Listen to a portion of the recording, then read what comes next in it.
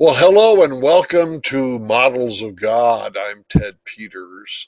The material we're going to be looking at here is drawn largely from Chapter 4 of God, the World's Future, Systematic Theology for a Postmodern Era.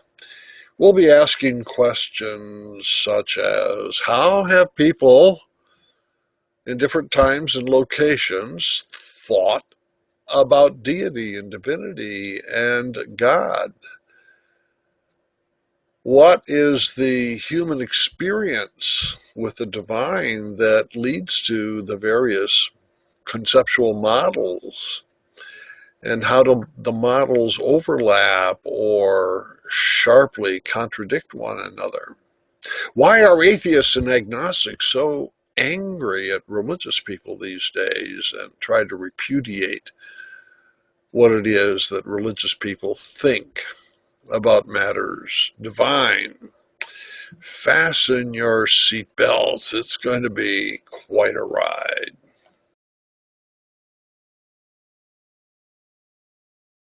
Well, some of us believe in God and others don't. According to this poll, 2.5% are atheists who deny the existence of God, and almost two-thirds of the population in the United States affirm at least the existence of God, if not faith in God. Now the question is, who's right?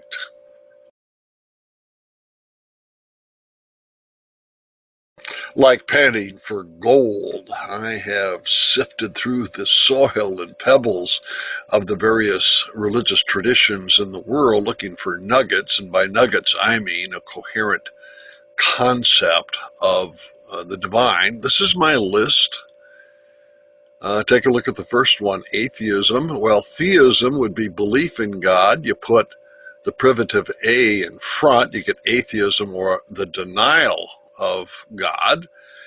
Agnosticism, similarly, begins with the word gnosis, G-N-O-S, meaning knowledge. So you put that A in front of it and you get somebody who says, I really don't know, or I can't prove one way or the other what is true or false. Deism, from the Latin word for God, Deus, is the belief in God, the creator, but who gives the laws of nature to the world, and then the world runs on the laws of nature without any miracles or interventions. That's your famous clockmaker God.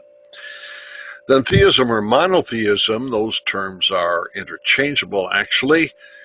God creates the world, as in the case of deism, but God continues to be involved in the world. Theists tend to believe in miracles. Deists tend to deny miracles. Polytheism, you can tell by the word, poly meaning many, would be belief in many gods. Henotheism is a form of polytheism, but now the many gods are organized in some fashion or another so that the believer chooses one god over the others. Pantheism equates God with the world. That word pan means all, so everything in the world is sacred. Panentheism is a variant on pantheism. God and the world come together in a single package, but God is in the world and the world is in God, but the world does not exhaust God's being. Complex idea, philosophical idea. We'll talk about it. And then finally, pluralism, which is a variant of Henotheism, and it's quite popular today in liberal Protestant Roman Catholic circles. It's a way of recognizing so-called parity or equality amongst the religious traditions. Well, onward. Let's start with this little family of belief in God: polytheism, henotheism, and pluralism.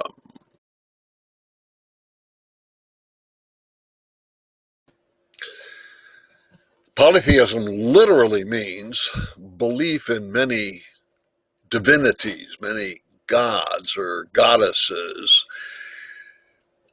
Before the Europeans arrived in North America, the Amerindians, especially those east of the Mississippi, believed in manitous or spirits, personifications of certain phenomena in nature. There would be a manitou for the bear, a manitou for the deer, manitou for trees, but the important thing is to know the manitous were plural in character.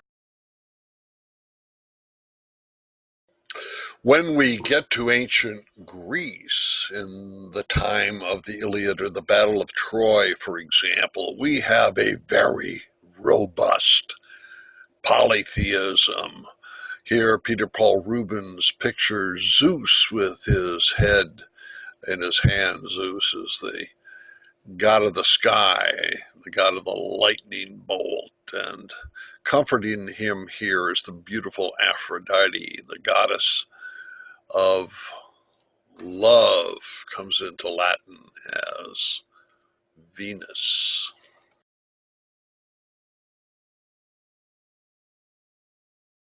Perhaps the most dramatic of contemporary polytheistic societies is Hinduism in India. Here is a large balloon of Ganesh, the elephant god, who looks out for your and my better interests.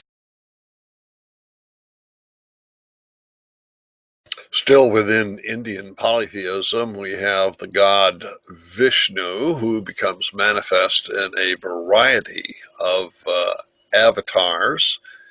So the divinity of one god slips into and energizes the divinity of others.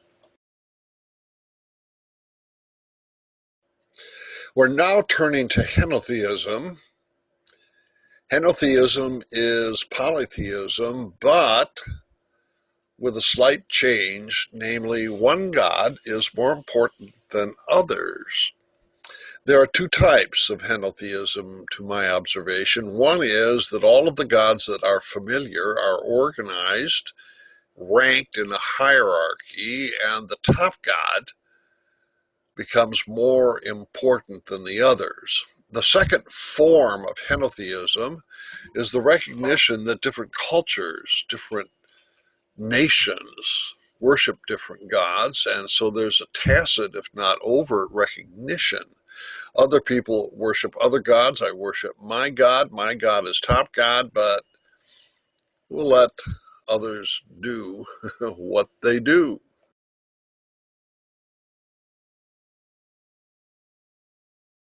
Let's take a little visit back to ancient Egypt, and we'll assume that Egypt, as the civilization we know, begins somewhere around 3000 before the Common Era. It was certainly rising prior to that. But the dominant theology for much of its 3,000+ years is polytheistic in character. Atom is the sun god, and in certain creation myths, sun god rises out of the primeval waters of Nun. Adam and Nun have children, Shu and Tefnut, grandchildren, Geb, who is the earth, and Nut. The sky is feminine in Egyptian mythology. Grandchildren, Osiris, Isis, Seth, Nephthys. Polytheism, yes, but let's look a little bit more closely. Now try to imagine what the land we call Egypt might have looked like 5,000 years ago. A bunch of city-states had grown up along the Nile River. They're all independent. They have their own economies, probably their own mayors and city councils, and their own religions, their own gods and goddesses. And along comes a strong man, builds an army, and decides to conquer all these city-states. Well, this guy's name happens to be Menes, a pharaoh, and he conquers them one by one, increases his army, and finally goes after the largest and most influential of the city-states, place called Heliopolis. I have no idea what it was called in Egyptian, because Heliopolis is obviously the name given it by the Greeks, helio meaning sun and polis meaning city. When Pharaoh Menes finally becomes king of all Egypt, Upper Egypt, which is in the south, and Lower Egypt, which is in the north, and all the city-states now are under his rule, he establishes a new capital at a place called Memphis. No, not Memphis, Tennessee, where Elvis Presley is buried. No, this is the original Memphis on the Nile River. And as I said, we're looking for that move from polytheism to henotheism, and the character at the center of this is a god named Ptah, P-T-A-H. Here's a little statue of Ptah.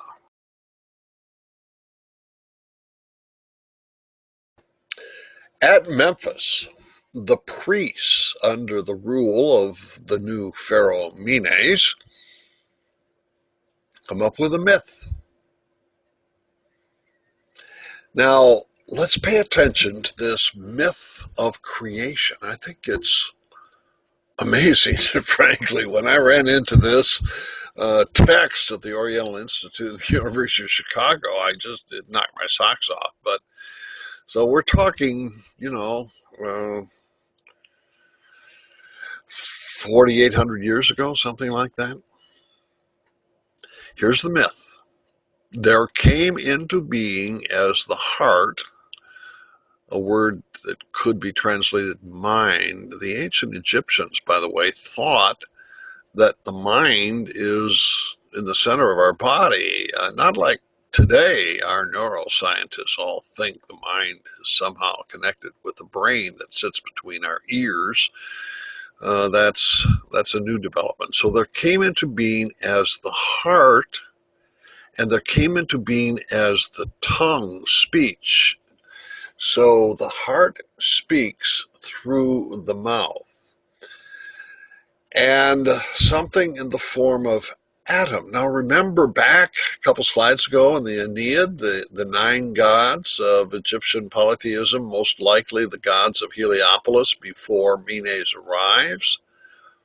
The sun god Atom is a product of Ptah's thought in his mind and his speech, so Ptah speaks, and Atom, the sun god, comes into existence. The mighty one is Ptah, who transmitted life to all the gods. Indeed, all the divine order really came into being through what the heart thought and the tongue commanded. So take that, you citizens of Heliopolis. You may think your 9 gods are important, but I'm telling you this, they're nothing more than a thought that originated with Ptah, and Ptah spoke, and they came into existence.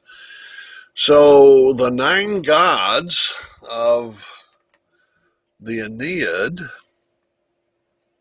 are not just random, they're now ranked as the product of the top god, Ptah.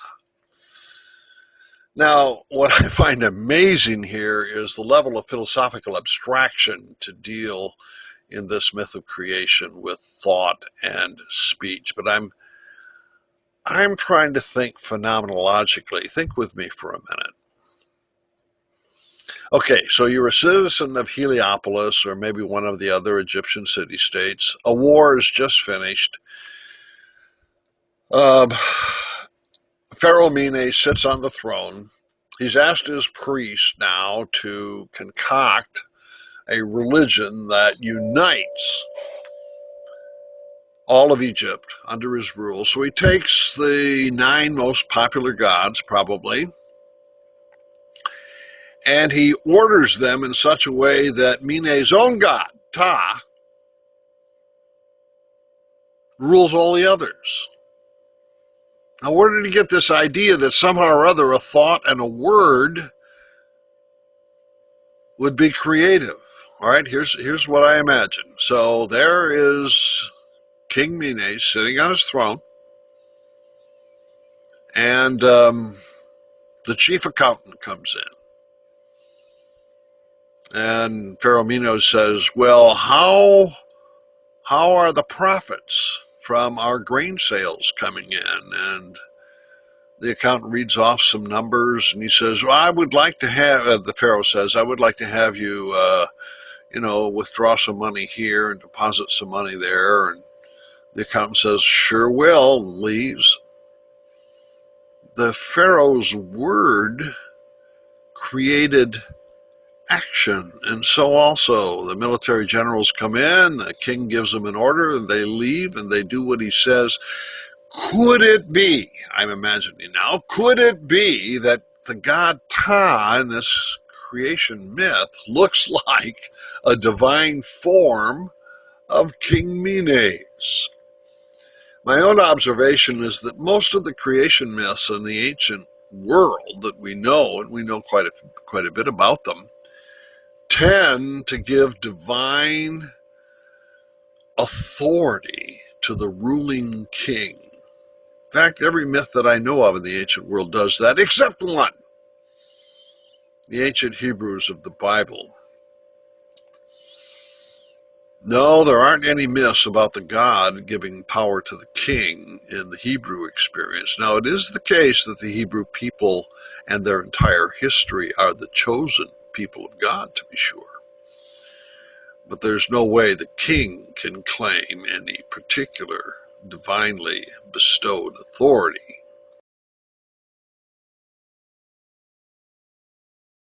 The Henotheism of Pharaoh Menes in Egypt makes Ptah the top god and all the other gods subordinate. When we get to ancient Israel, there's a different kind of henotheism that's pointed out. Remember the story of Ruth. Ruth's mother-in-law is named Naomi, and she's living in a foreign country named Moab. Naomi has a husband and two sons. The two sons marry Moabite women. Then the husband dies and the two sons die, so that leaves Naomi with two daughters-in-law, Orpah and Ruth. And Naomi says, my Social Security check isn't really very big, but if I go back to my homeland, Israel, I think I'm going to be better taken care of now as a widow. And then Orpah and Ruth say, but we should go with you, Naomi. And no, she says, you stay here. Moab is your country. You should stay here. And Orpah says, okay, she stays there. But Ruth, she really wants to go back to Israel with her mother-in-law. And she clings to her, and then she gives this wonderful speech in chapter 1, where Ruth says, where you go, I will go. Where you lodge, I will lodge. Your people shall be my people, and your God, my God. And this beautiful passage is frequently sung in our own era at weddings because it expresses the passion of Ruth. And of course, Naomi relents and takes Ruth with her back to Israel. What's interesting is that Ruth assumes if she changes country, she's going to change gods. The god of Moab, the chief god, was a guy named Chemosh, who ate little babies for sacrifices. Not particularly a kind of god that I'd like to have faith in. But that doesn't seem to be a theological issue for Ruth. She just assumes if I go to Israel, I'm going to worship Israel's God. That's it.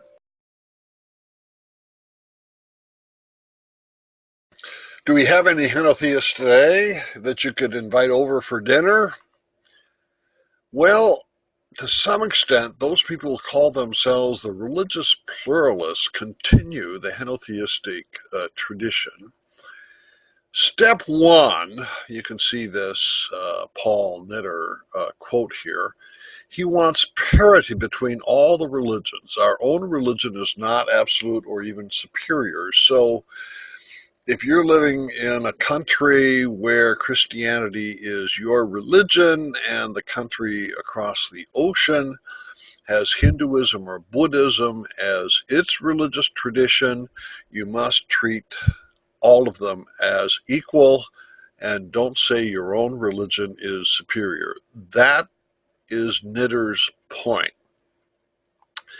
So that would be polyreligiosity or pluralism. But pluralists go one step further. Let's take a look at philosopher John Hick, what he calls the pluralistic hypothesis. The great world faiths embody different perception and conceptions of the real from within the major variant ways of being human, and that within each of them the transformation of human existence from self-centeredness to reality-centeredness is taking place. So all those equal religions point to something beyond them.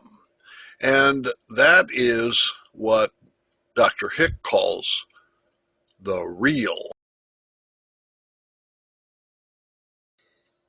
What has happened here within religious pluralism, what I call supraconfessional universalism, is that all of the religions are made equal and subordinate. So Christianity is not better than Islam, or Buddhism is not better than Taoism. And all of them, in their equality, are now subordinate to one higher reality called the real that Dr. Hick, the philosopher, knows about. All the religions are equal, but the philosopher is more equal than the religions because the philosopher has access to the real, just as Pharaoh Menes had access to the god Ta. So today's religious pluralism looks a whole lot like ancient Henotheism.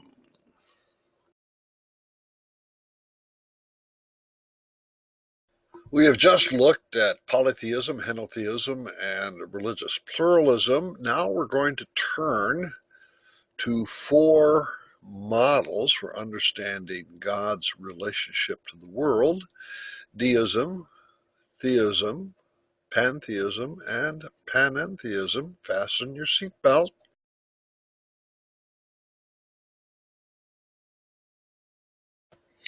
The classical deist draws a sharp distinction between God on the one hand and the created world on the other.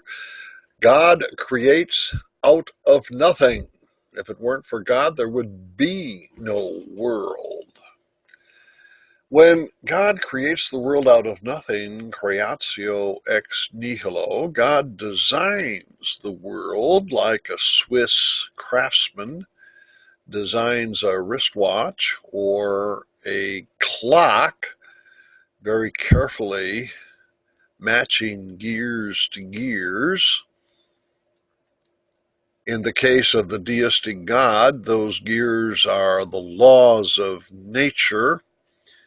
So once God brings the world into existence, places all the laws of nature where they belong, winds it up and sends it down the corridor of history, operating according to these laws, the world is on its own, so to speak. And the deists love the natural scientists because the scientists can study the world, learn the laws of nature, and indirectly then learn the mind of God, just as if you would take apart a Swiss watch, you'd learn something about the mind of the watchmaker. Deists tend not to believe in miracles. The laws of nature take care of things, and in fact, science would be disrupted if it had to contend with miracles that break laws of nature. Now, that's the basic deist position. Some deists add a couple of items. First, God is light, and you and I live in darkness. So our task is to study through reason and through science to see the light. Then another addition is divine providence, that God tries to see to it that good things happen, but God uses the laws of nature that he put there in the first place in order to make those good things happen. To the extent that Albert Einstein, the famous physicist, affirmed the role of God in the world, it was a deistic God who gave the world its laws of nature and in a deterministic fashion, so that the laws of nature don't ever actually go on a holiday, no miracles here. He had to defend this view over against Niels Bohr and the physicists in Copenhagen when they affirmed indeterminism to describe subatomic activity. And Einstein, even though the evidence pointed towards indeterminism, could not give up his confidence that the laws of nature obtain universally and always. And so he made the remark that the old one doesn't play dice. That is to say, the universe is determined by the laws of nature. It's not subject to contingency and chance. Well, up until this point, Einstein has lost the argument, but his disciples continue today vehemently to support his position, trying to find the evidence that will make it persuasive. The Golden Age of Deism was the 17th and 18th centuries. We find it very influential in the Unitarian tradition and the Freemasons. When Mozart wrote his Zauberflöte, the magic flute, it was a deistic theme for Freemasonry. Many of America's founders in the 1770s had proclivities toward deism, and you can see how the Masons influenced our money. The eye of God, the all-seeing eye that watches over us, is watching over the great American experiment with democracy, a heritage that North Americans shared with Great Britain and France. God has favored our undertaking. That's the deistic God. And what is coming into existence as the great democratic experiment is the new order of the ages. So America's not a miracle, but somehow or other, working through nature and history, God is bringing the new order of the ages into being.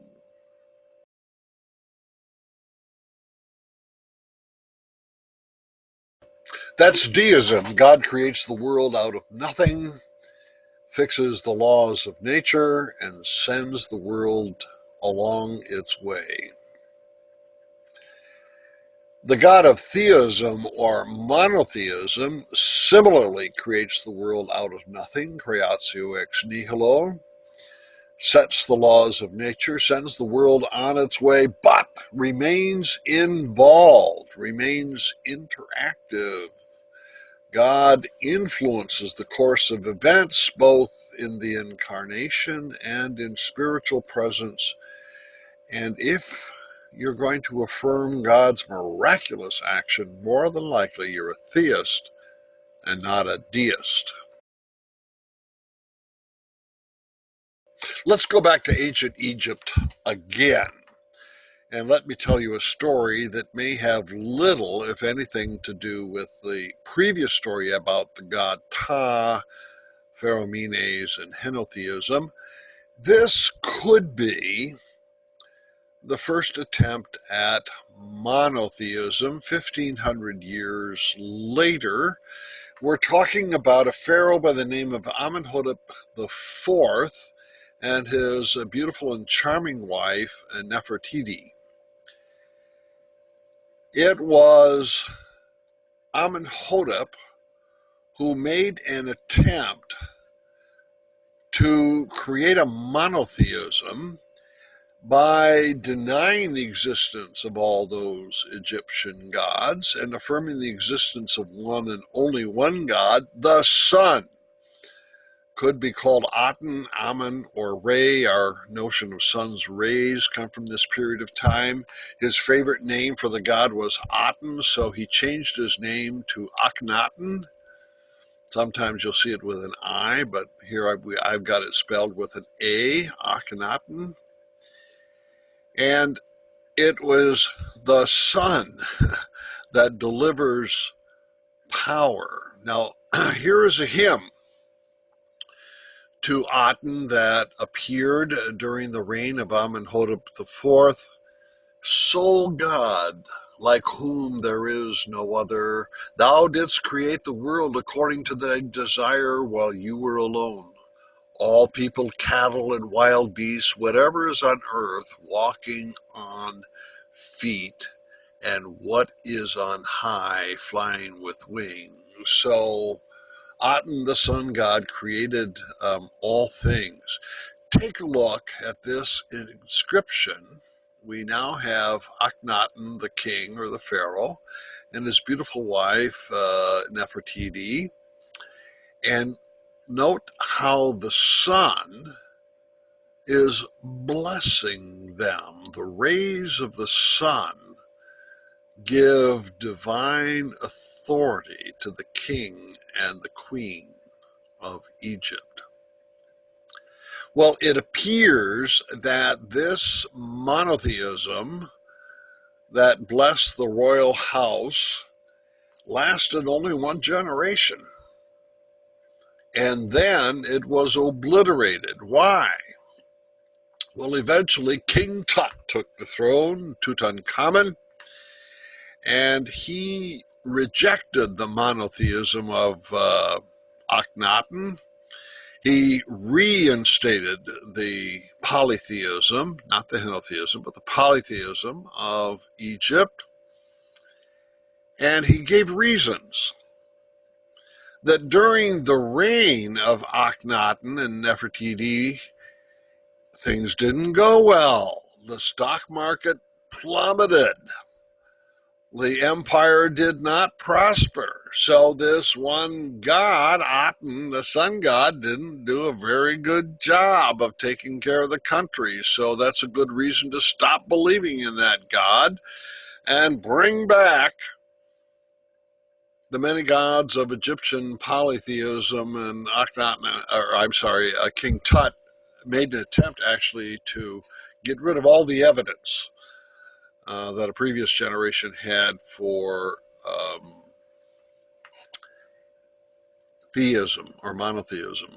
Now, what's interesting is Sigmund Freud, the psychiatrist at the end of the 19th century, gave us a theory that because Moses, the Hebrew, grew up in Egypt, that somehow or other Moses had gotten a hold of this monotheism and borrowed it and took it to Israel. Almost no scholar agrees with Freud on this because the god, the monotheistic god of Akhenaten, doesn't look anything like the monotheistic God of Israel, and we'll try to demonstrate that in a minute.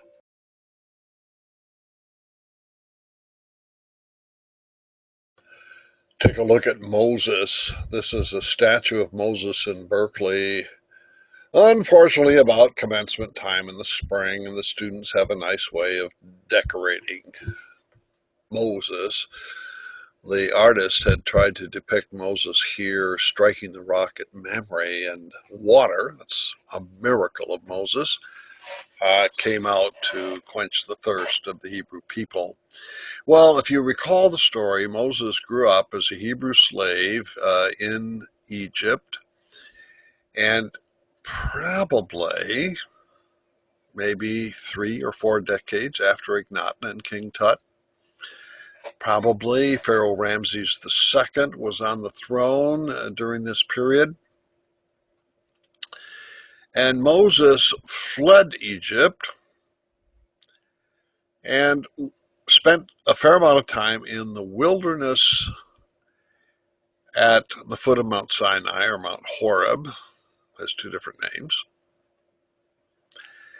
And Moses is struck by a burning bush that just fascinates him, and he approaches the bush.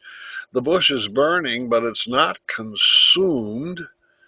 And Moses engages the bush in a conversation. And Moses realizes that the God of Israel is speaking to him and calling him to liberate his people from their slavery back in Egypt. And so Moses asks the voice, "Who are you? What is your name?" Now this leads to a crisis moment. In the ancient world, contrary to today's world, in the ancient world, it was believed that words within language have an ontological connection with that to which they refer, that somehow or other the being of things is attached to the words we use and the names we use to identify them. So that's what makes witchcraft work. If you were to recite a chant or a hex, you could somehow or other affect what happens. And so if somebody gets your name, they could use your name and get power over you. So when Moses asks the voice, "Give me your name," then if Moses gets the name, he's going to have power over. No way. So here's what the voice in the bush answers extremely cleverly. Eya asher eya, in Hebrew, I am who I am. Could be translated, I will be who I will be. That's not a name. "Give me your name," Moses asks the bush, and he gets an answer, "Well, I am who I am." Well, if I go back to Egypt and I say to the Hebrews, "Who should I tell him sent me?" God answers, "Thus you shall say to the Israelites, I am has sent me to you." Boy, that voice was clever.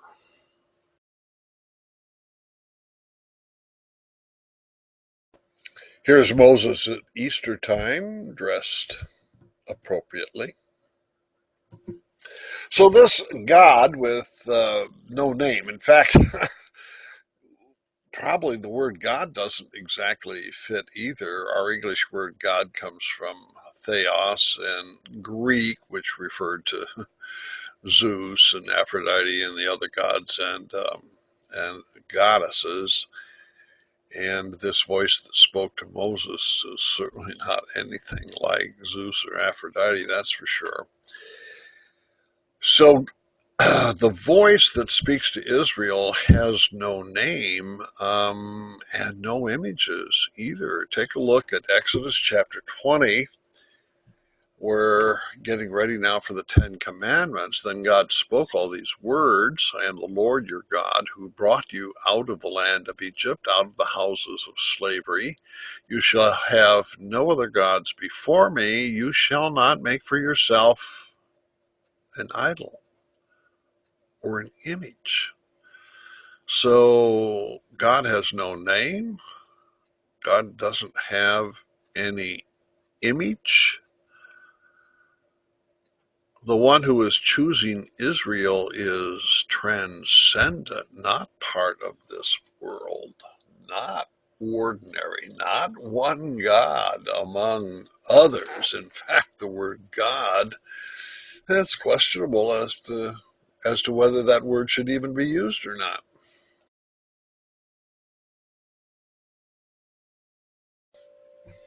Well, let's leave Moses for a moment before the burning bush and enter into a much larger chapter in the story of human history, that roughly the first millennium before the Common Era, and what takes place in Greece and India and in China.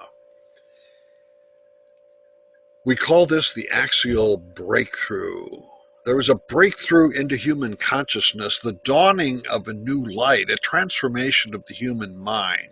A window opened so that the human mind could see beyond what is mundane to realities that transcend the ordinary world within which we live. And those gods of polytheism, they belong to this world. They are intracosmic.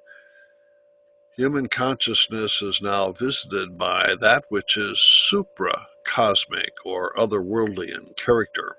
Well, let's start with ancient Greece, maybe a number of centuries after Moses, and the great triumvirate, Socrates, Plato, and Aristotle. I only have Plato and Aristotle pictured here, but as Plato reports, Socrates was arrested and put on trial in the ancient city of Athens. His crime? Atheism. Socrates disbelieved in the gods of Zeus and Aphrodite and all of those as being mundane, as being ordinary.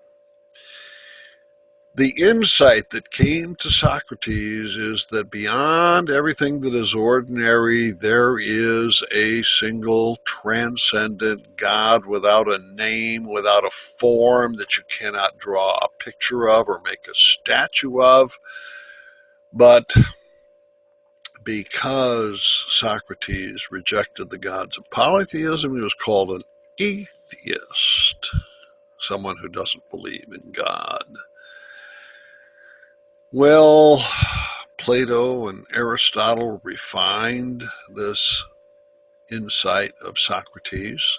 Meanwhile, over in India, the second stage in the Brahmanic tradition, the first stage being a collection of books called the Vedas, the second stage are the Upanishads, and we find something similar going on in the Upanishads, namely a dawn of human consciousness in which a new light shines about a comprehensive total reality beyond name and beyond form, but which creatively generates everything that has names and forms. The Hindus call it Brahman.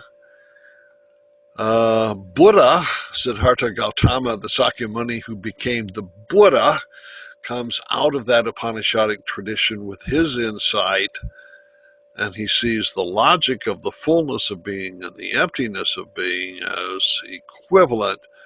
But for whether you're a Hindu or a Buddhist, this world, somewhat delusional compared to the really real, which transcends it. Lao Tzu over in China, along with Confucius, do understand that heaven stands in judgment over what happens on earth. Lao Tzu, likely the author of the Tao Te Ching, has a similar view as what we see in other parts of the world during this period we call the axial breakthrough. Well, I would like to connect Moses with these other insights into transcendence and immanence. We're looking at chapter 4 of the book, God the World's Future, which is a systematic theology which looks at models of God structurally or conceptually. Wrote another book called God and Cosmic History, and that tells the story of how these models of God developed in history.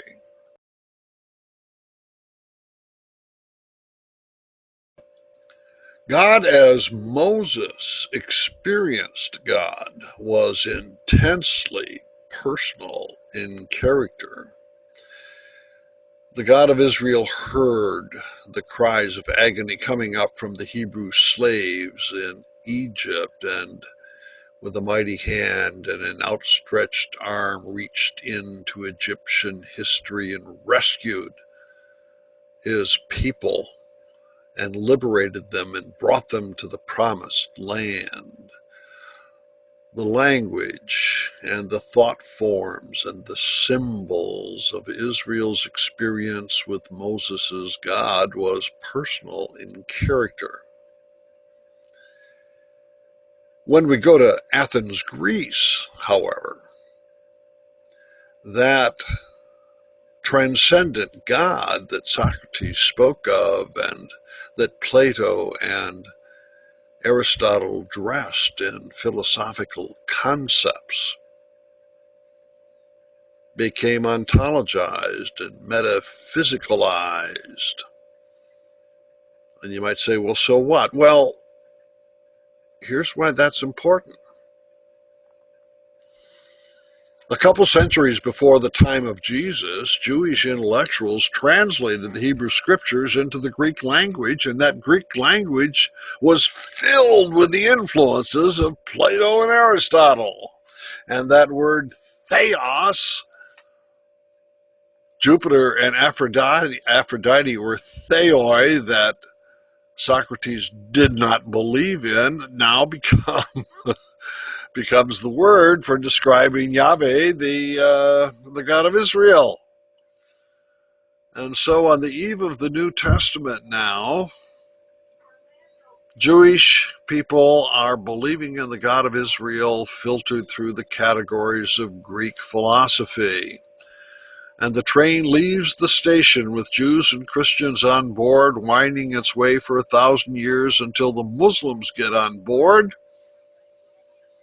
And these three religions, traditions, develop what we now call classical theism. Classical theism, whether you like it or not, that's the term.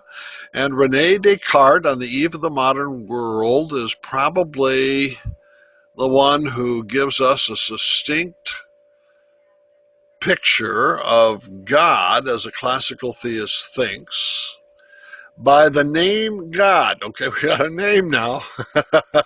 Remember, Moses didn't get a name, but we've got a name. God, that's the translation of theos, is now God's name. By the name God, I understand a substance. A substance. By the name God, I understand a substance that is infinite, eternal, immutable, independent, all-knowing, all-powerful, and by which I myself and everything else, if anything else does exist, have been created. So that's the voice speaking to Moses in the burning bush, translated through the metaphysical and ontological categories of the great Greeks, entering through Latin and French and English into the position we now know of as classical.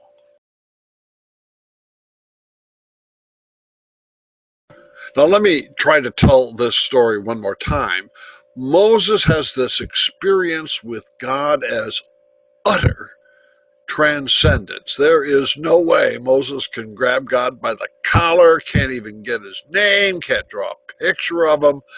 Utter transcendence. Yet, the language of Moses, the language of the ancient Hebrews, is personal in character. It describes God as interactive. It's a historical story. Things are meaningful.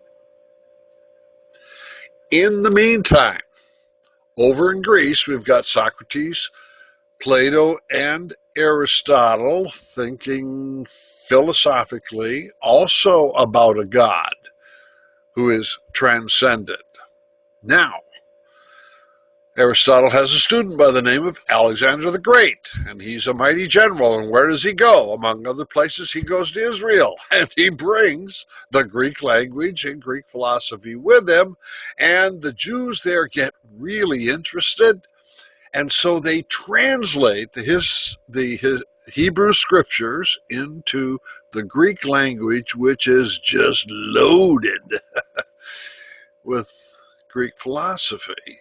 And that's a couple centuries before Jesus. So when we get to the New Testament, it's written by Jews who speak Greek. We have a cataract. The New Testament is like a waterfall, but two different rivers are flowing over the edge. So let's just take a look here at some of the titles Jesus has in the New Testament. Gospel of Mark, probably the first one written, keeps calling Jesus the Son of Man, huios tou anthropou. And then we get to the climax when Jesus is crucified and he becomes the Son of God, huios tou theou. Matthew, Mark, and Luke use the phrase Son of God. No, that's family language. That's personal language. When Jesus prays the Lord's Prayer, he says, Abba, Father. So you and I pray to God, our heavenly parent, just as a child would greet his or her father or mother or someone beloved. Then we get to the Gospel of John. What happens? Jesus is described as the Logos. The Logos?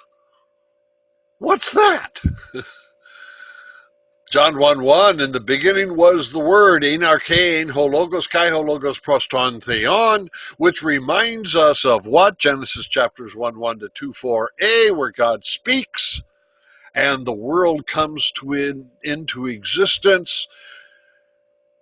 Jesus is God's Word by which all things in the world are created. Logos, yes, it means word, but oh, so much more. Logos is rationality. Jesus, as the Logos, is the mind of God, the inner thoughts of the divine. Think about that word Logos in English. Where do you find it? Logic. Yeah, to think logically comes from the Logos. To think rationally about any subject, we use the word logy, right? Anthropology is what? The study of the human race. Biology, the study of life. And just think of all the ologies that you probably studied in high school or college, huh? That's what Jesus is. Jesus, according to John 1:14, is the incarnation of the divine Logos, the inner thought of God by which all things are created. And when science was born in Western Europe with Copernicus and Kepler, Galileo and Newton, they all thought that by studying the mathematics by which the universe runs, they would learn the very thoughts in God's mind. Classical theism, taking the very personal experience that Israel had with God and filtering it through the abstract and philosophical and rational concepts of the great Greek thinkers.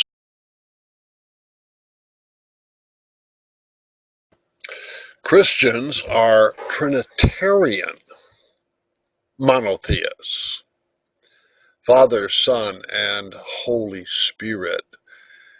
The Greek Orthodox and Russian Orthodox really obey God's first commandment about never making an image of God the Father. Jesus maybe, but not God the Father. So here are the three angels visiting Abraham at Mamre, three human beings, by the artist Rublev. This is in Moscow in a chapel in the Kremlin. And this is an icon. An icon, if you're an Orthodox Christian, is a window that is blurry on our side because we can only see what looks this worldly, but it opens us to that which transcends, lies beyond. And so the three angels that Mamre represent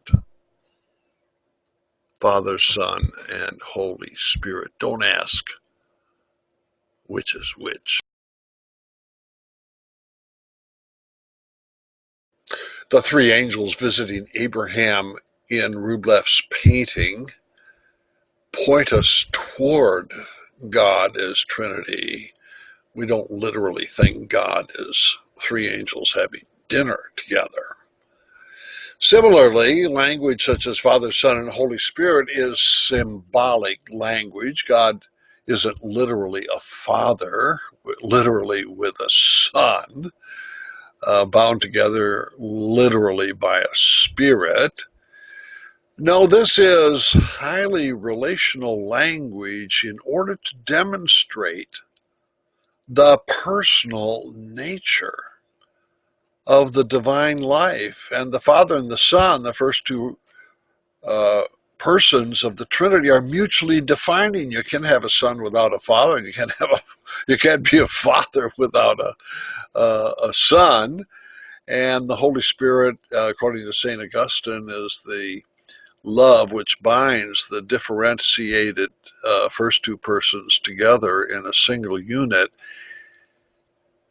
Preeminently, the Trinity reveals to us divine personhood in relationship.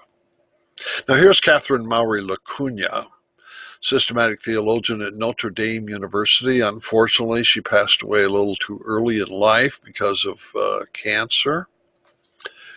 But in her fine treatment of God as Trinity, called God with Us, she emphasizes again and again that everything having to do with God as Trinity is relational and personal in character. Here's a passage. Because of God's outreach to the creature, God is said to be essentially relational, ecstatic. Ecstatic is a word that means going out. EC is out. Static means to stand or step. Ecstatic, fecund, that is to say, fertile or giving rise to life. Alive is passionate love. God is passionate love. That passion is the work of the Holy Spirit. Divine life is therefore also our life. Trinitarian theology could be described as par excellence, a theology of relationship. Now, this is Catherine Maury Lacuna's interpretation of the Trinity. It's mine too. I'm with her 100% on this. And here's why it's important for the current discussion. There are critics of classical theism, and the critics say they don't like classical theism because God is impersonal, divorced, separated, unrelational in character. Well, take a look at the Trinity as Catherine Maury Lacuna describes it. Does that look impersonal and out of relationship to you?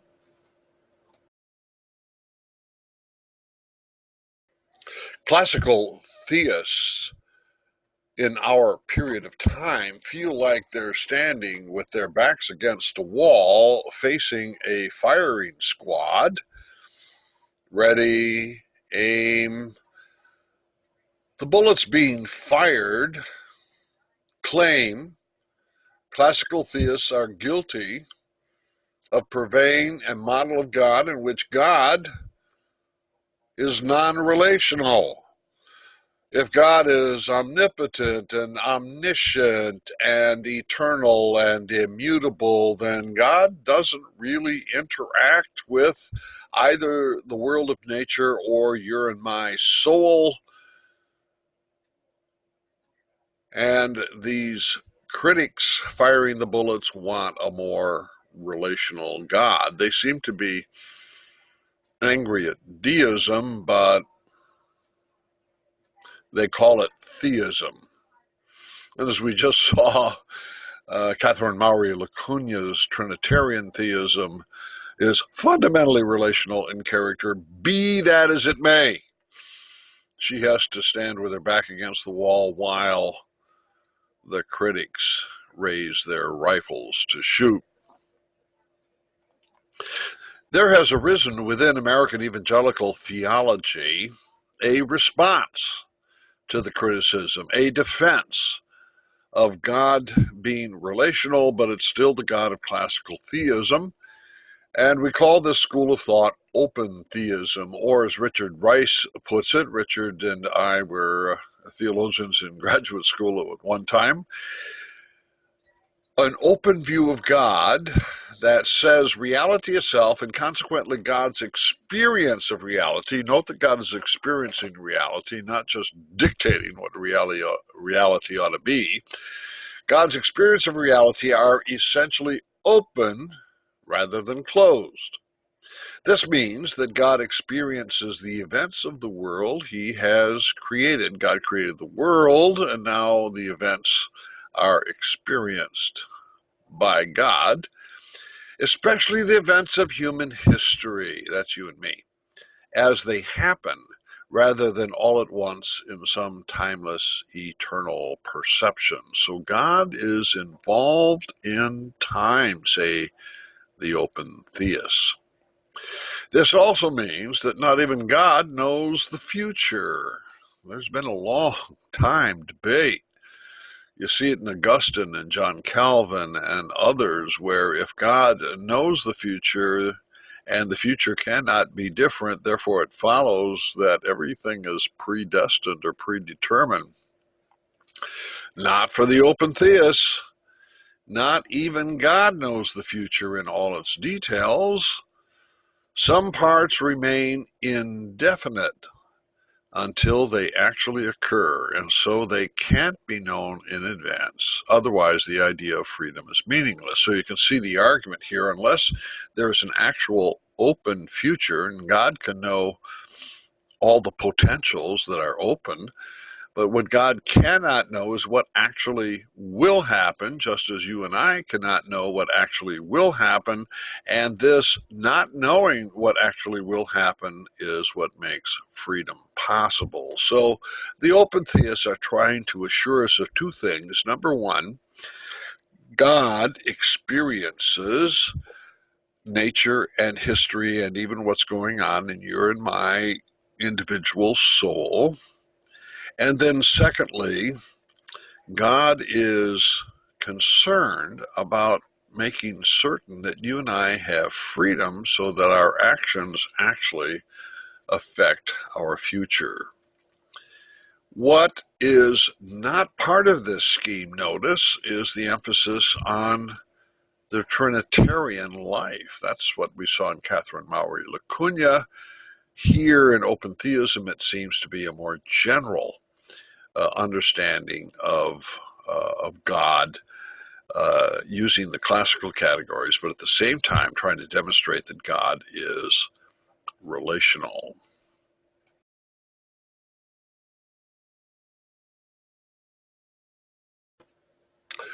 There are a number of rather angry agnostics and atheists and others who um, believe in a radical separation between church and state on the grounds of the First Amendment to the U.S. Constitution, who want the word God eliminated from public discourse. Well, what are you going to do if you kind of like the word God but don't want to violate the First Amendment? Well, you disconnect God with religion. So note what happened in 2010 with the Ninth Circuit Court of Appeals dealing with the phrase under God and the Pledge of Allegiance. It is religious, but it doesn't represent a prayer. So you can use the word God in public as long as you don't pray. Or how about in God we trust on currency? That's okay, because here God is ceremonial and patriotic, but not religious. Whew. Boy, we don't want too much religion, do we? We've just taken a look at deism, in which God creates the world out of nothing, creatio ex nihilo. But once the world is created, God has relatively little to do with its day-to-day operations. Theism similarly holds that God creates the world out of nothing, creatio ex nihilo, but once created, God is constantly engaged in the world. God is personally invested in the world. In Trinitarian theism, God actually enters the world in the incarnation and continues to be present in the world through the Holy Spirit. For both deism and theism, the world is radically different from God. That's not the case with our next model, pantheism, in which God and the world are isomorphic. The world is imbued with the being of God.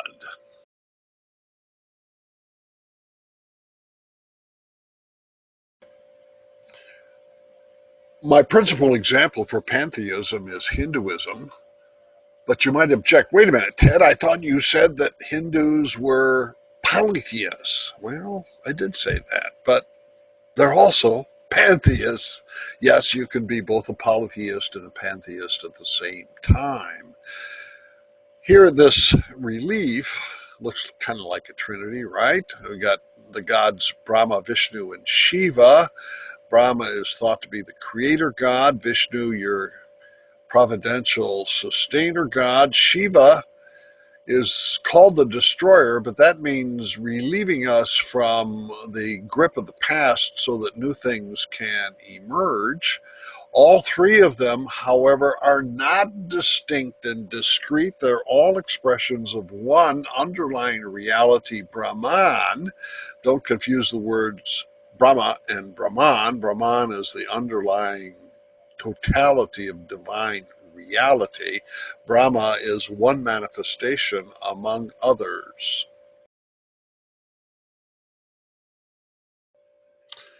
Here is Ted's handy dandy little map to find your way through Hindu pantheism to Hindu polytheism. In the upper middle, you see Maya and illusion, personal gods and goddesses. That's where you and I would live on a day-to-day basis as a Hindu believer. We interact with one another, with the world, and with the many gods and goddesses in the polytheistic pantheon.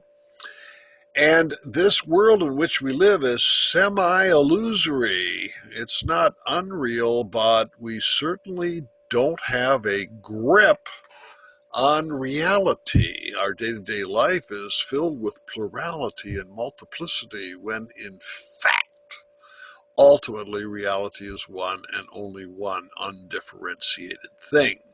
So let's go down now to the bottom middle, to the one full, not yet embodied divine reality, Brahman, undifferentiated unity, sometimes called pure consciousness.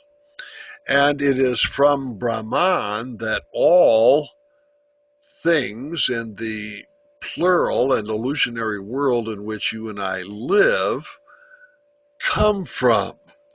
Note, stage one are the three gods we just looked at: Brahma, the creator; Vishnu, the sustainer; and Shiva, the destroyer. Then, as we rise further, Vishnu becomes represented by and present in Krishna, who then spreads out in multiple avatars. And some on this list of avatars, sometimes Jesus is actually listed.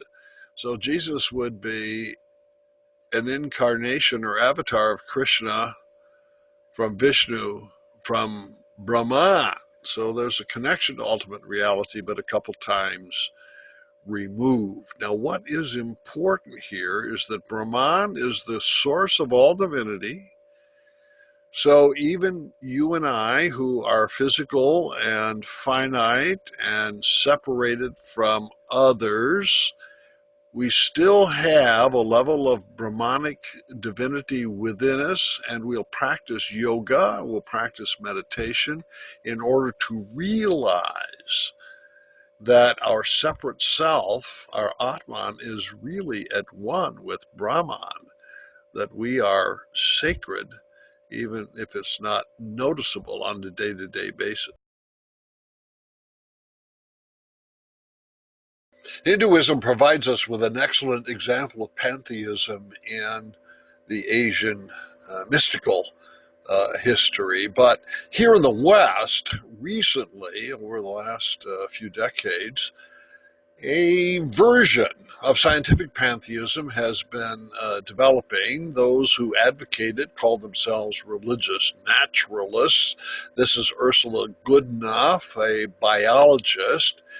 And Ursula would deny that there's a God independent of the world, beyond the world, outside the world, but the natural world is itself sacred, and it's everywhere sacred. If you and I don't notice the sacrality that's in nature, that's because we're not looking for it. But if we search nature in the depths, we will find its sacred dimension. Well, we've just looked at pantheism, where all things are divine, whether we know it or not, realize it or not. Now, panentheism, in which the world is within God's life, but the world does not exhaust the being of God.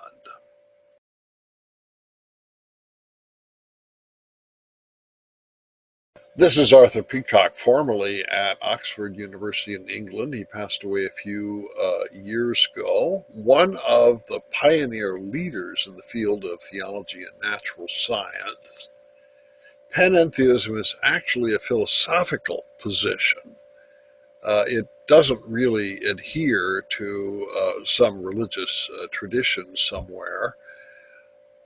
Here is Arthur's definition. Panentheism is the belief that the being of God includes and penetrates the whole universe, so that every part of it exists in him, but that his being is more than and is not exhausted by the universe. Panentheists like to think of the world, the physical world, as God's body. And if you think about a human mind and body relationship, the mind is more than the body, but you're not going to have a mind independently of the body. And so God is the mind of the world. This metaphor was devised by Alfred North Whitehead about a century ago. And towards the end of the 20th century, a number of feminist theologians picked up on panentheism and began to speak of the world as God's body, and adopted a version of Whiteheadian panentheism as their model for articulating how God and the world relate.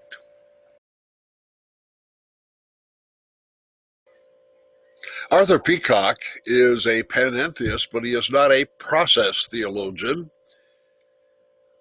Throughout the 20th century, the school of thought which gave greatest attention to panentheism and honed to perfection the doctrine are the disciples of Alfred North Whitehead, known either as process philosophers or process theologians.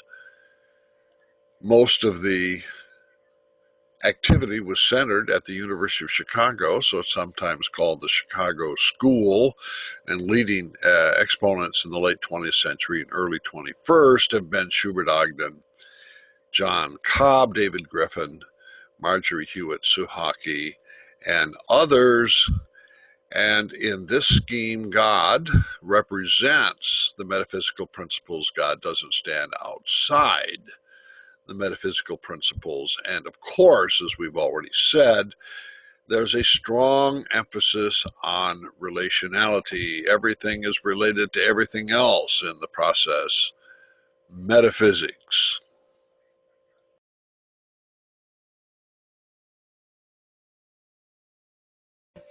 Here is an example of a feminist theologian who employs the model of Panentheism with the world as God's body, Sally McFaig, who's had a long and distinguished career, and one of her emphases has been ecological theology and ethics. So she wants to think of the world, especially planet Earth, as the body of God, and just as you and I love our own bodies and try to maintain good health, so also God loves the universe, especially planet Earth, and wants to maintain the health of our planet, and so should we. The world as God's body is appropriate for our time, McFaig writes. It focuses attention on the near, on the neighbor, on the earth, on meeting God not later in heaven, but here and now. We meet God in the world, and especially in the flesh of the world, in feeding the hungry, healing the sick, and reducing the greenhouse effect. How do you like this painting? It's the creation of a good friend, Kristen Quizzle. Kind of earthy. Acorns make oak trees, right? Have you ever read closely those insurance policies on which you pay premiums? Ever read the phrase act of God? We'll take a look at the picture here, a memo from the desk of God, and checked off our flood, fire, riots, and earthquakes. When God acts, things really happen, and we want to insure ourselves against acts of God. Well, atheists don't talk very often about acts of God, neither do agnostics. Atheism. Theism, of course, is the belief in God. You put that privative A in front of it and you negate it. So you can have a weak atheist that says, I don't think there is a God, or a strong atheist that says, I firmly believe there is no God.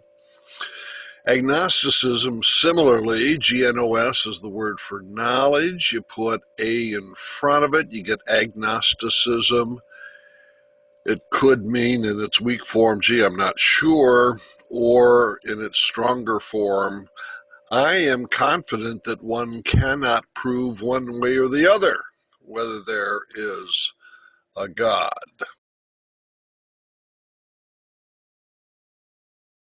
Is Buddhism atheistic?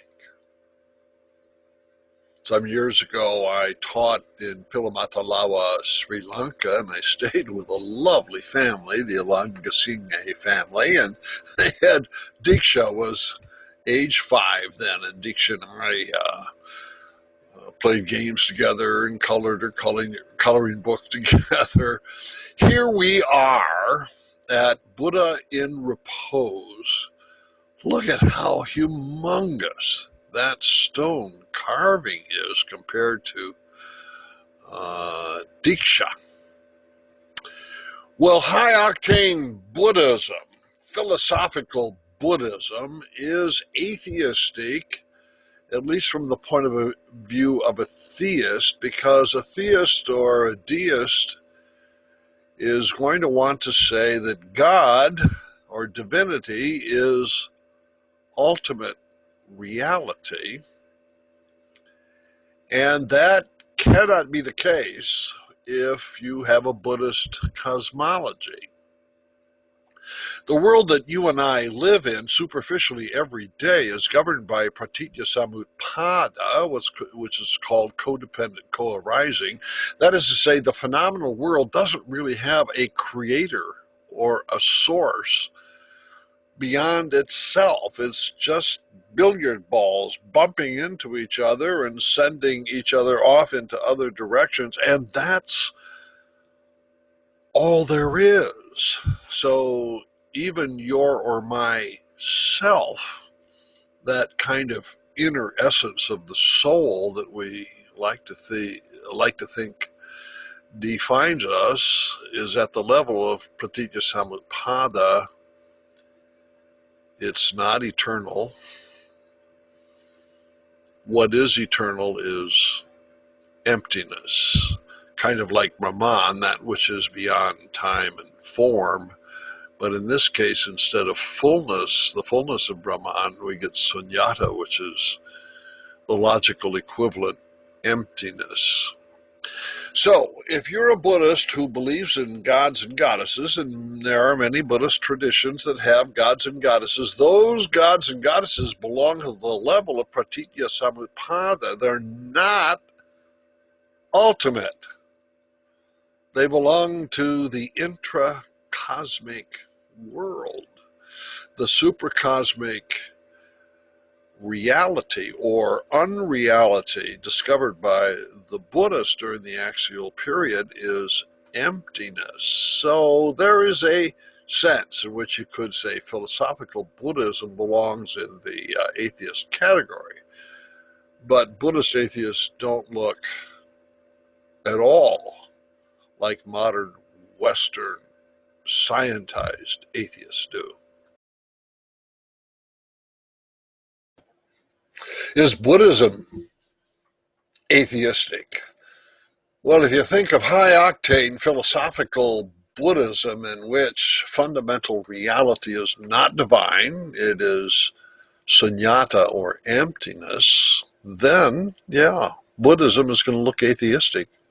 Some years ago, I taught in Pilamatalawa, Sri Lanka, and stayed with a lovely, lovely family, the Ilangasinghe family, and daughter Diksha, age 5, she and I became the best of friends. We would play games on the living room floor and color in her coloring book. And here she is, standing in front of this magnificent and humongous Buddha in repose. Just imagine the work of the stone carvers to create this great historical beauty. You're in my daily life, if we're a Buddhist, is lived at the level of pratitya samutpada, codependent co-arising. There is no creator beyond the world. There is no first cause. Rather, you and I are just caught in a never-ending nexus of cause and effect. Reality is like balls on a billiard or pool table that are just bouncing back and forth and sending one another in various directions. Even your and myself, that precious inner life that we think of as our essence or our soul, is at the level of pratitya samutpada. Our soul is not eternal. No, the object of Buddhist meditation and spirituality is to realize that at bottom we are a non-self, anatta, that sunyata is the ground of all things and it is empty. Remember, the Buddha broke off from the Upanishadic tradition in pre-Hinduism, where Brahman is the fullness of all reality between time, before time and form. Now, in the Buddhist tradition, Siddhartha Gautama, the Sakyamuni who became the Buddha, says that the fullness of Brahman is logically the same as the emptiness underlying all phenomenal reality. So that means you cannot have God as ultimate in hard-nosed Buddhism. Yet you and I probably have Buddhist friends who have a rich tradition with gods and goddesses and rituals and all of that that belongs to a religious tradition. But here's the key insight: those gods and goddesses exist at the level of pratityasamutpada. They're not ultimate. And in that sense, then, the Buddhist is atheistic. However, a Buddhist atheist is not exactly the same as a modern Western scientized materialist atheist.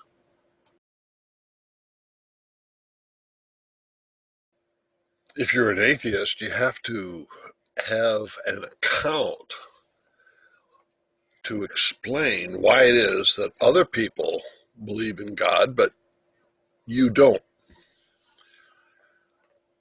One of the accounts that begins already in ancient Greece is the projection account, that God is somehow or other created by the human imagination and then projected onto this screen of divinity. So here's a thesis that we get by Critias of Athens in his play Sisyphus, that people create the idea of an omniscient, all-knowing God for purposes of social control. If you've ever tried to steal something, you know you want to do it in secret so that nobody sees you. And if nobody sees you, you get away with crime. Well, how will a society protect itself from thieves? Well, if we could create in each individual a conscience, then by conscience they wouldn't commit a crime. So the problem is that laws passed by a government, laws on their own don't eliminate crime. What they do is encourage criminals to commit the crime but keep it a secret. How can we remedy this problem? Well, create the idea of a God. A wise and clever man invented fear for mortals. He introduced the divine, saying that there is a God flourishing with immortal life, hearing and seeing with his mind and thinking of everything and caring about these things. And even if you plan anything in secret, you will not escape the gods in this. God sees your heart in secret, and the larger body politic then gets protected from your crimes by your conscience. How do you like that theory?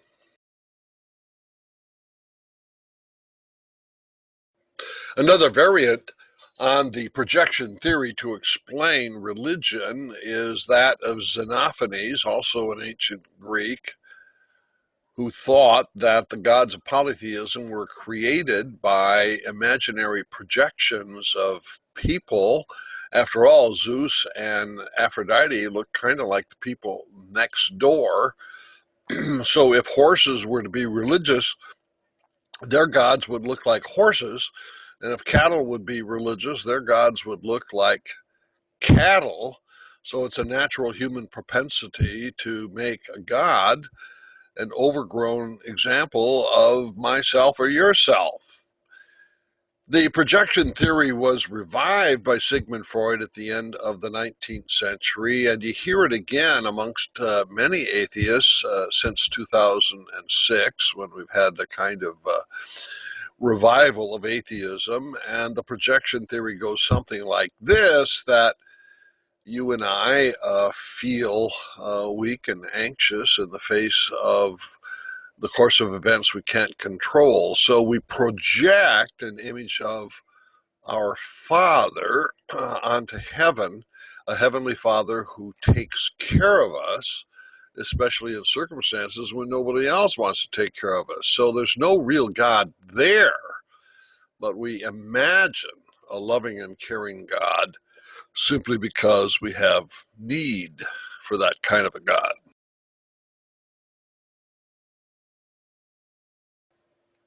It's easy to recognize how common projection is in your and my everyday experience.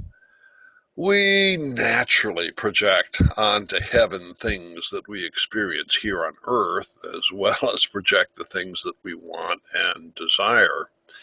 Well, what happens then if you're a Jew, a Christian, or a Muslim loyal to Moses and the first commandment? Well, this human activity of projecting images onto heaven is condemned as idolatry, because the true God is revealed as mystery. And you can't eclipse the divine mystery by giving it a name or an image. Now we're in a dilemma. We can't think as human beings without images, right? And at the same time, we're told by revelation from God that you can't have an image of God without risking idolatry. C.S. Lewis tells the story about how he, as a child, had raised this problem with his mother when thinking about the first commandment. His mother said, do not create any images of God, whether a painting or a statue or even a mental image. So C.S. Lewis sat down and tried to think about God without any images in his mind. And he thought, and he thought, and he thought, and he said, finally, God came out looking like a great, massive sea of tapioca pudding. Well, the message there is that you and I are not going to think without one image or another. So what has developed then in the biblical tradition, which includes Jews, Christians, and Muslims, is the understanding that our language must be symbolic in character. Yes, we have images of God, but we both affirm and deny the image. As I said before, the tradition shared by Jews, Christians, and Muslims strongly forbids any images of the first person of the Trinity. Yet, in the Latin West, this image of the first person of the Trinity as an old man with a beard that looks kind of like Santa Claus did arise when the Protestant Reformation came along, especially the Reformed, the Presbyterians today, and the Baptists today. They went around getting rid of all those images of God the Father because they wanted to return to loyalty to the first commandment. In their defense, the Roman Catholics then, who are quite used to these images of God as an old man with a white beard, want to say, well, we know literally that God doesn't have a white beard and is not a man. But because of what we learned from C.S. Lewis, we can't live without one image or another.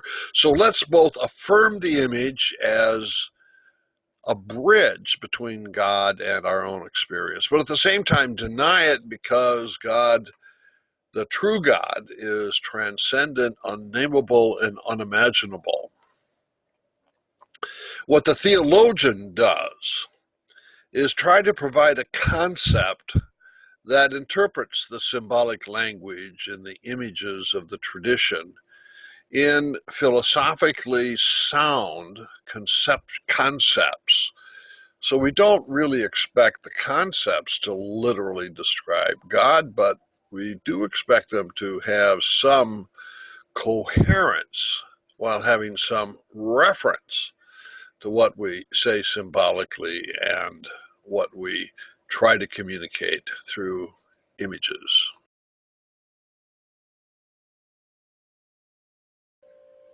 Some images are going to be better than others. Here's feminist theologian Rosemary Radford Ruther, who recognizes, kind of like Xenophanes, that in a given historical period, the images of God and the social structure, especially the authoritarian structure of a patriarchal society, all come together in a single package. Most images of God in religions are modeled after the ruling class of society. We certainly saw that in the case of ancient Egypt, right? The pharaohs wanted to have an image of God that blessed their monarchies. Okay, so Rosemary goes on, in biblical religion, the image of God is that of a patriarchal father above the created world who relates to Israel as his wife and children. And certainly there is personal language within the Hebrew scriptures that looks like this, although there's lots of other language for God as well. But clearly, in the Latin tradition prior to the Reformation, we do get this picture of God as an old man with a white beard, and this is Rosemary Radford Ruther's complaint, that functions to bless, having kings as old men with white beards, and to bless a clergy that is made up of men only, and a patriarchal ethos, both within the church and the larger society. And so, if you want in our own generation to be liberated from the oppression, Rosemary suggests that we somehow or other mollify, if not eliminate, this particular image of God because it does damage. It's abusive.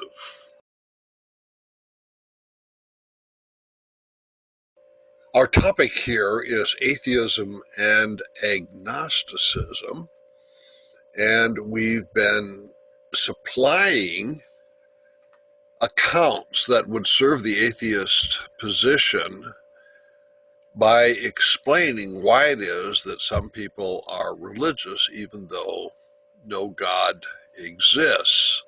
The word agnosticism was given to us by Thomas Huxley at the end of the 19th century.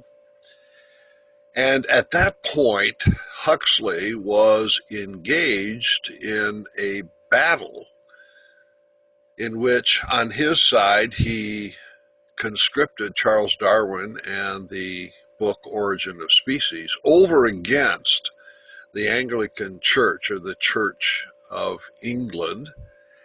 And he was pitting reason against faith.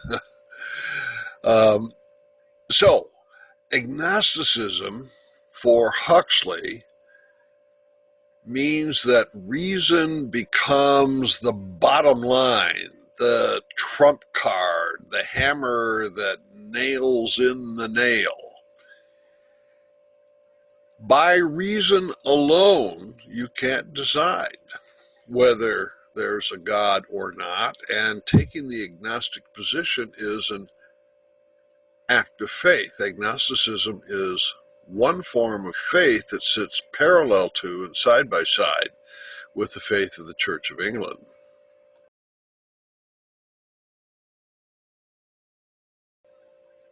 How do you like this cartoon? I don't know.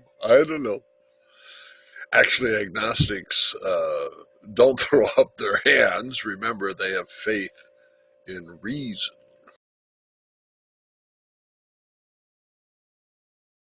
If there is such a thing as a worldwide leader of the atheist movement, that is probably Richard Dawkins at the University of Oxford.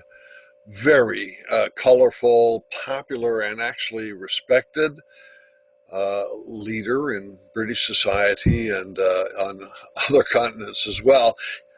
In my interpretation, he kind of replaces Bertrand Russell, who for the first 2/3 of the 20th century had been the voice of atheism and skepticism, and actually a supporter of world peace in Great Britain. And Richard Dawkins may have taken the crown from the late Russell and now wears it.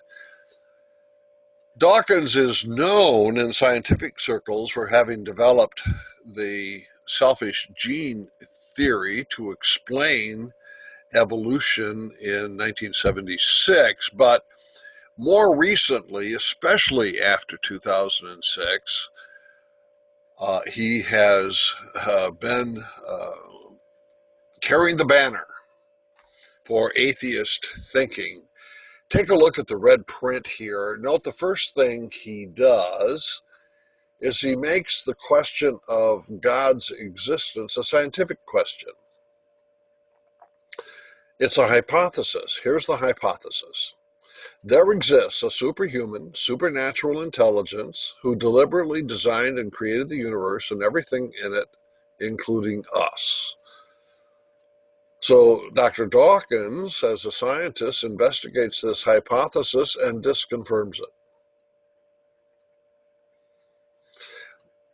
Ask religious people whom you know, do you think the existence of God is a scientific hypothesis or not? And see what they say. He introduces PAP, the permanent agnosticism principle. Atheism and agnosticism overlap quite a bit.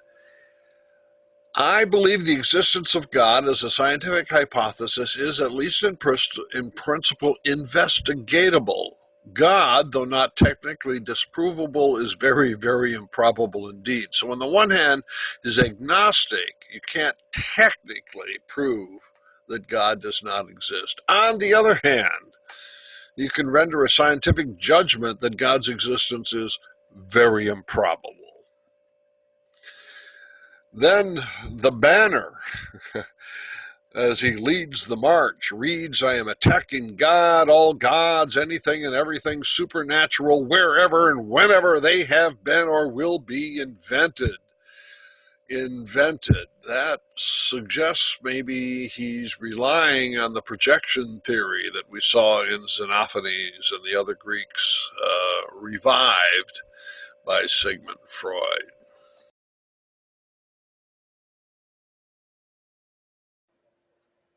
How do you like this cartoon?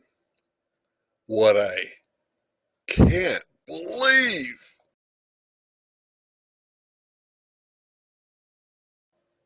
In recent years, atheists have been raising two arguments. The first is that God does not exist. The second one, which is drawing a lot of attention, is that religion is violent.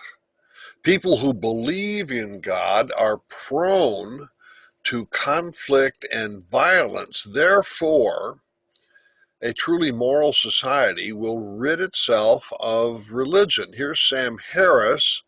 Religious faith remains a perpetual source of conflict. You see this amongst the sociobiologists such as Richard Dawkins and E.O. Wilson at Harvard, who want to argue that religion is a more primitive stage in human evolution, bent on tribal loyalty and making extinct those tribes that compete against them. So religion is fundamentally violent in character, and society is going to be better off when we get rid of religion. Sam Harris attacks Islam with unusual venom. The idea that Islam is a peaceful religion hijacked by extremists, which of course many defenders of Islam were saying in the decade following the 9/11 tragedy, that Islam itself is peaceful, but those who crashed planes into the World Trade Center were only extremists. He rejects this. The idea that Islam is a peaceful religion hijacked by extremists is a fantasy, because most Muslims are utterly deranged by their religious faith. That is to say, religion is at root, at essence dangerous, and maybe Muslims are the most dangerous of all.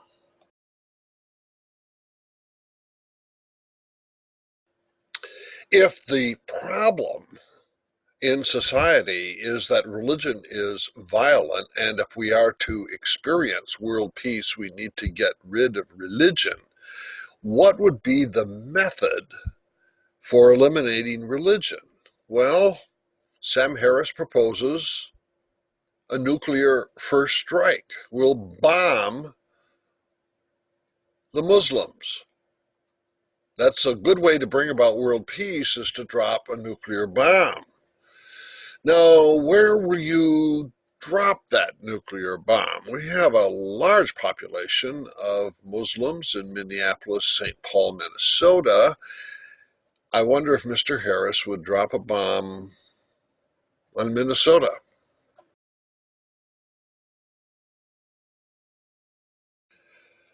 As I said, the two leading principles of today's atheists are, first, that God does not exist, and then secondly, that religion is violent. And in the mind of Sam Harris, those two go together. What makes us violent is our belief in a non-existent God. So he fires his 45 revolvers at the God of the Bible. The biblical God is a fiction, like Zeus and the thousands of other dead gods who most sane human beings now ignore. We took a look at Moses, the God in the burning bush. Like Zeus, not really. In fact, anything like Zeus is flatly rejected by the first commandment and the tradition followed by Jews, Christians, and Muslims.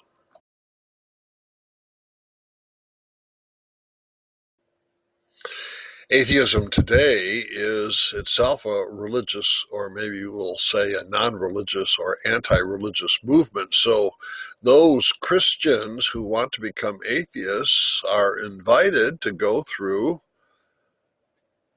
a denial of baptism, an atheist coming out party.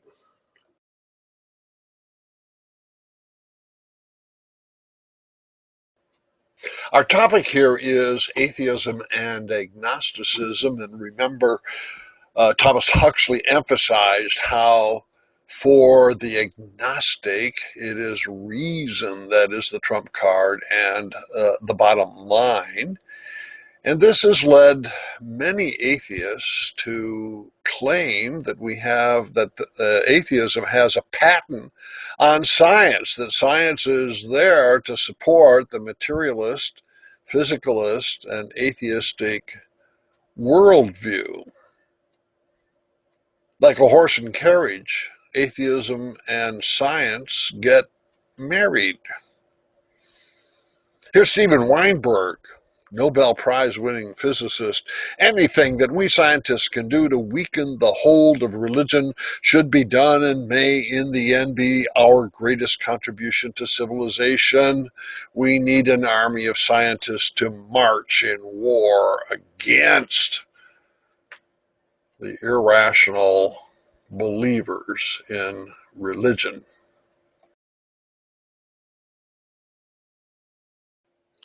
It looks like the editors of Time magazine simply accept without critical question what Steven Weinberg says, that science and atheism belong together, so you could pit science over against God. Really?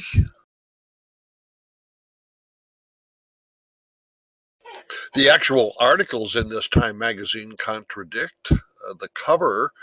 Richard Dawkins has some coverage, but so also does Francis Collins. Francis is the current director of the National Institutes of Health in Washington, D.C.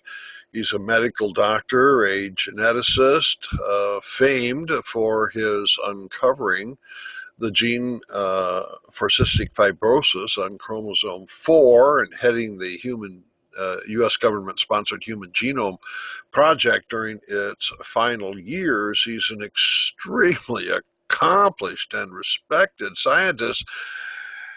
And the poor benighted Francis believes in God. He's a devout evangelical Christian. From Francis's point of view, atheism and science don't go together. Science is a beautiful thing for somebody who loves God and loves his neighbor.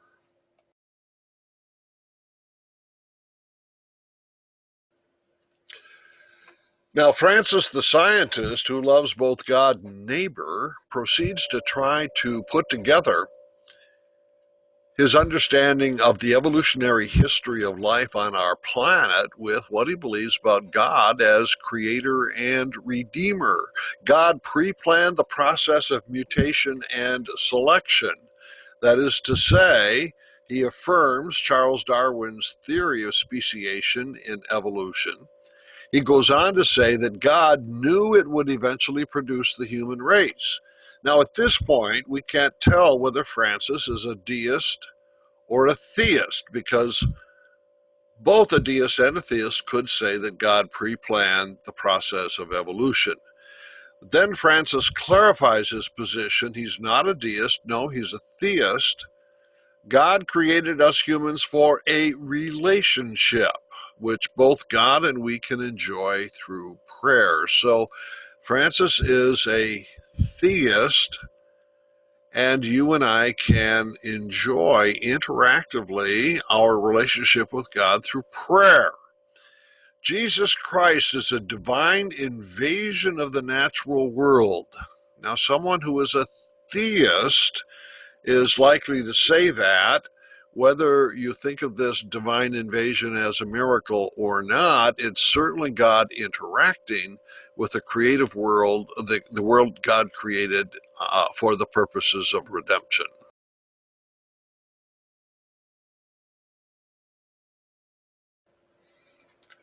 What kind of God either exists or does not exist in the controversy between the atheists and religious people? The God of classical theism with all the omnis, omnipotence, omnipresence, etc. The God of Israel with the mighty hand and outstretched arm who rescued Hebrew slaves from captivity in Egypt. Zeus flirting with Aphrodite. The gods and goddesses of Pratitya Samutpada in Buddhism, or the avatars in Hinduism. What kind of god or goddess is getting rejected by the materialism and physicalism of contemporary Western atheism? That's an important question. However, frankly, and it's my opinion, I think the more important question is whether or not God is gracious, whether or not ultimate reality is caring and loving and planning a redemptive destiny in which this creation becomes renewed in a new creation. I want either a God of grace or no God. If God is only the designer of the laws of nature, I'll say whoop-de-doo. I think it's the God who promises the forgiveness of sin and the resurrection to eternal life. Now, that's a God that I hope exists. Wandering in the darkness of the cathedral in Ulm, Germany, I found this painting. It's pre-Reformation. God the Father is sitting there in that great white beard. But look what's happening. The crucified Jesus is on his lap. The Father is grieving. Grieving. Does heaven grieve over the sufferings on earth? Is God, the creator of all things, actually engaged in the world? Does God respond to the world with passion, love, and redemptive action? Oh yes, this painting violates the first commandment by giving us an image of God, but at the same time it gives us an authentic bridge to the God of grace. To the God of grace. It's kind of hard to prove to an atheist or an agnostic that A, there is a God, and B, that God is gracious, yet I don't have faith in anything else, anything less. Well, that's my personal opinion.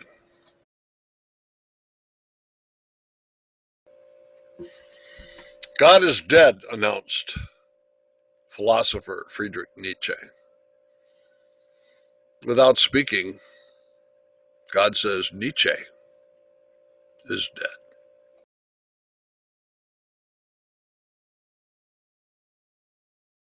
What we've been doing for the last few minutes is examining with some care the multiple ways in which people conceive of divinity and deity and God. We've called these models, conceptual models, which are a bit abstracted from the primary utterances, so to speak, when people first talk about their experiences with God or with the absence of God. They speak in rather concrete and specific terms. So it takes a theologian or a philosopher to extract from the symbolic language and from the images what is necessary to create a coherent model. So we have been talking somewhat in abstractions as we compare one model of God over against another model of God. Hopefully, in our inventory of models of God, you've found one or more that you have a lot of sympathy with, or perhaps even a major commitment to. And at the same time, I hope that you've learned what your neighbor thinks, and now you can think quite empathetically about what your neighbor believes. Bye-bye.